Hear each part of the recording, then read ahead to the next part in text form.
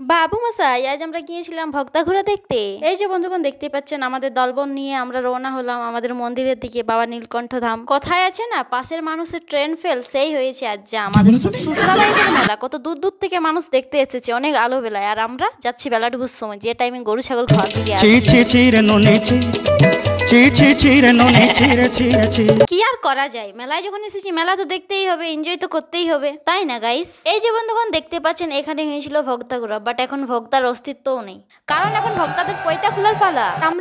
আমরা পুরো মেলাটা ঘুরে ঘুরে দেখছিলাম। আর বন্ধুগণ, তোমরা কে কে এই নাচটার নাম জানো তারা কমেন্ট সেকশনে অতি অবশ্যই কমেন্ট করে জানাও। তো বন্ধুগণ, আমি একটু হিন্টস দিয়ে দিচ্ছি, এটা হচ্ছে আমাদের মানভূম অঞ্চলের বিখ্যাত ডান্স, যা আমাদের সংস্কৃতিকে অনেকদিন ধরে ক্যারি করে আসছে। उसके बाद बाबू मसाई मेरी भेंट हो गई 2 নিউ সাবস্ক্রাইবার। তারা আমার সাথে দেখা করার জন্য অনেক দূর থেকে এসেছে। আরে না বন্ধুগণ, এরা হচ্ছে আমার ক্লাস ফ্রেন্ড, এরা আমাদের গ্রামের। আমরা যখন একই টিউশনে পড়তাম তখন আমাকে পাড়কা বলে, ইয়ারা যা রাগায় তোরে ভাই, সেই লেভেলে।